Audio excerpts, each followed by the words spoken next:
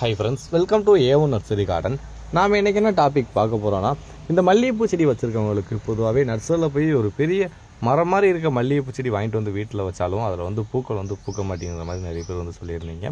ஆனால் ஒரு மல்லிகைப்பூ செடி குச்சியில் 2 இலை இருந்தால் கூட அந்த மல்லிகைப்பூ செடியை இந்த மாதிரி நிறைய பூக்கள் வந்து பூக்க வைக்கலாம். அதாவது இப்போ தோட்டத்துலேயும் சரி நர்சரிலையும் சரி, நர்சரியில் பொதுவாகவே பாட்டில் வச்சு தான் வச்சுருப்பாங்க. ஆனால் அந்த பாட்டில் வச்சுருக்க மல்லிகைப்பூ செடியும் சூப்பராக வந்து பூக்கள் பூத்துருக்கும்.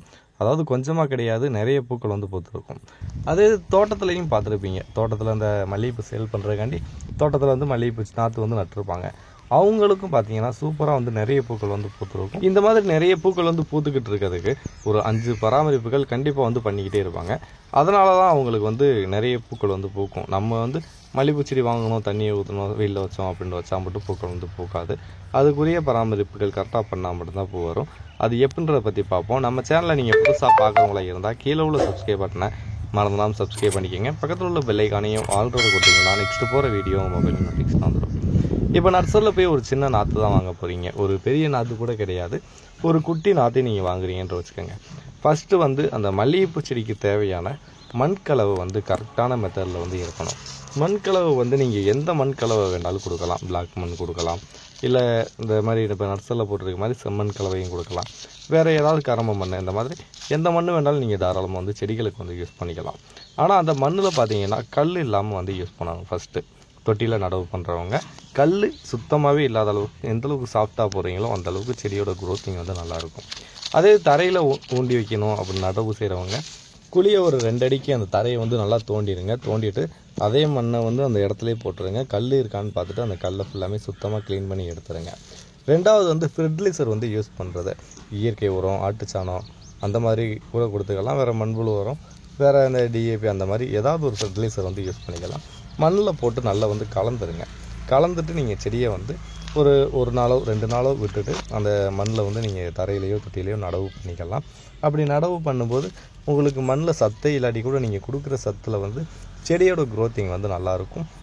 அதனால் முடிஞ்ச வரைக்கும் நீங்கள் நடவு பண்ணும்போதே அந்த மண்ணில் வந்து ஃபெர்டிலைசர் வந்து கண்டிப்பாக வந்து யூஸ் பண்ணுங்கள். 3வது என்ன செய்யணும்னா, இப்போ நீங்கள் நடவு பண்ணதுக்கப்புறம் அந்த செடியை வந்து தரையில் நடுறவங்க சன்லைட் அதிகமாக படக்கூடிய ஒரு இடத்துல வச்சுக்கிட்டிங்கன்னா ஒன்றும் பிரச்சனை இல்லை. செடி வந்து க்ரோத்திங் நல்லாயிருக்கும். நிழலில் வச்சிங்கன்னா நிறைய ஃபால்ட் ஆகும். பூக்கள் பூக்காமல் இருக்கிறது, செடி வளர்ந்துக்கிட்டே போகிறது, கொடி மாதிரி போகிறது, இலைகள் பெருசாகிக்கிட்டே வர்றது, இந்த மாதிரி பூக்கள் பூக்காமல் இருக்கிறதுக்கு முக்கிய காரணம் வந்து சன்லைட் படாத இடத்துல வந்து வைக்கிறது. அதனால் நீங்கள் தரையில் நடவு பண்ணுறவங்க முடிஞ்ச வரைக்கும் ஒரு 8 ஹவர்ஸ் ஆகுதும் சன்லைட் படக்கூடிய ஒரு இடத்துல வந்து நீங்கள் மல்லிகைப்பூ செடியை வந்து நடவு பண்ணிக்கோங்க. தொட்டியில் வைக்கிறவங்களுக்கும் அதே தான், சன்லைட் ஃபுல் டைம் படுற மாதிரி ஒரு இடத்துல வந்து மல்லிகைப்பூ செடியை வச்சுக்கோங்க. அடுத்ததாக 4வது என்னென்னா, தண்ணி ஊற்றுறது. மல்லிகைப்பூ செடிகளுக்கு அளவுக்கு அதிகமாக வந்து தண்ணி ஊற்றக்கூடாது. தண்ணி கூட நமக்கு செடிகளுக்கு தேவையான அளவு தண்ணி ஊற்றினாலே போதும். அதாவது எப்படின்னா, இப்போ நீங்கள் தண்ணி ஊற்றுறீங்க தொட்டிலையோ தரையிலையோ, இப்போ தரையிலேன்னு வச்சுக்கோங்க. தரையில் வந்து நீங்கள் தண்ணி வந்து ஒரு நாளைக்கு ஒரு 2 தடவை ஊற்றிக்கிட்டே இருக்கீங்கிற பட்சத்துக்கு அந்த தரையில் இருக்க ஈரப்பதம் பார்த்திங்கன்னா அதிகமாக இருந்துக்கிட்டே தான் இருக்கும். அதனால் உங்களுக்கு செடியோட க்ரோத்திங் பார்த்திங்கன்னா செடி டக்கு டக்குன்னு வளர்ந்துக்கிட்டே போகுமே தவிர அதில் வந்து பூக்கள் வந்து பூக்காது. அதனால் முடிஞ்ச வரைக்கும் மண்ணை நல்லா ட்ரையாக விட்டு தண்ணி ஊற்றுனீங்கன்னா செடியோட க்ரோத்திங் நல்லாயிருக்கும்.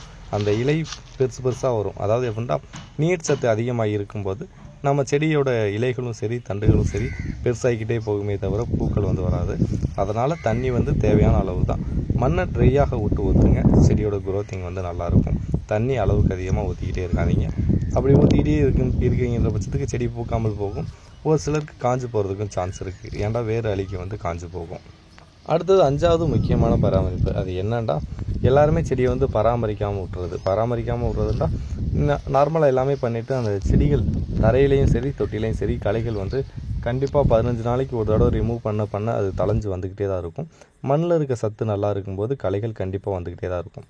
அதனால் முடிஞ்ச வரைக்கும் ரோஜா செடியாக இருந்தாலும் சரி, மல்லிகைப்பூ செடியாக இருந்தாலும் சரி, குட்டி களைகள் வரும்போதே அந்த களைகளை வந்து ரிமூவ் பண்ணிடுங்க.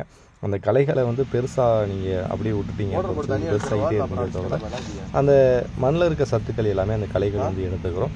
அப்படி எடுத்துக்கிட்ட பட்சத்துக்கு உங்களுக்கு மல்லிகை செடியில் கொஞ்சம் கூட க்ரோத்திங்கே இருக்காது நீங்கள் எவ்வளோ பண்ணாலும். அதனால் முடிஞ்ச வரைக்கும் சின்ன ஒரு களைகள் தளைஞ்சு வருதுன்றாலே பார்த்தீங்கனாலே அந்த களைகளை பிடிங்கிருங்க. மண்ணை சுற்றி வந்து பிளெயினாக வந்து இருக்க மாதிரி வச்சுக்கோங்க. எந்த ஒரு களைகளுமே இல்லாமல் அப்படி வச்சிங்கனால்தான் செடியோட க்ரோத்திங் வந்து நல்லாயிருக்கும். நீங்கள் எந்த ஃபெர்டிலைசர் கொடுத்தாலும் அந்த மண்ணில் இருக்க சத்துக்கள் ஃபுல்லாமே மல்லிகைப்பூ செடிக்கு போய் நல்லா. அடுத்தது 6வது என்னென்னா, நம்ம மல்லிகைப்பூ செடியில் வந்து பூக்களை வந்து பறிச்சிருப்போம்.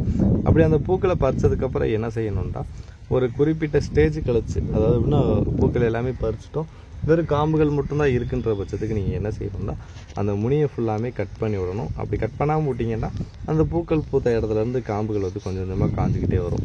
அதே இது நீங்கள் கட் பண்ணி விட்றீங்கன்ற பட்சத்துக்கு அது என்ன செய்யும்னா, க்ரோத் ஆகும், நிறைய தளிர் வந்து வரும். அந்த ஒரு குச்சியை கட் பண்ணும்போது அந்த ஒரு குச்சியிலேருந்து ஒரு 4-5 கிளைகள் வந்து தளிர் வந்து கிளைகள் வந்து பூக்கள் வந்து நிறைய பூக்க ஆரம்பிச்சிடும்.